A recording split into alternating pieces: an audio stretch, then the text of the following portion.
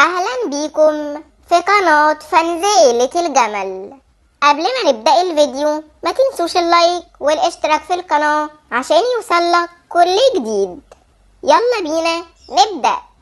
تعالوا بقى نعرف ايه هي المفاجأة القوية اللي عاملها برنس مصر للفانز. والحقيقة برنس نزل ستوري على الانستجرام وكان بيقول لنا انتظروا مفاجأة بكرة الساعة 4، والمفاجأة غير متوقعة. وكمان هي أحلى شاركتنا بفيديو اليوم وكانت بتقول لنا عن مفاجأة برنس مصر، وكمان كانت بتقول لنا إن الفترة الجاية هيكون في مفاجآت كتير جدا على قنوات العيلة. وكمان هي أحلى عاملة مفاجأة للفانز قريب جدا، بس هي أحلى ما قالت لناش عن ميعاد مفاجأتها.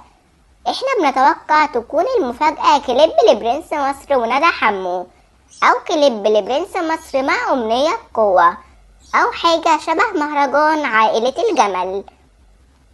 احنا منتظرين مفاجآت قوية جدا من برنس مصر ومن العيلة الفترة الجاية.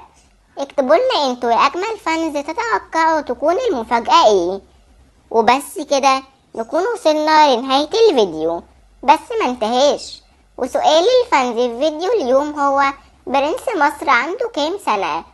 اكتبوا لنا في الكومنتات علشان هنطلع تعليقاتكم في الفيديو الجاي. وبس كده وصلنا لنهاية الفيديو، هسيبكم مع تعليقاتكم. سلام.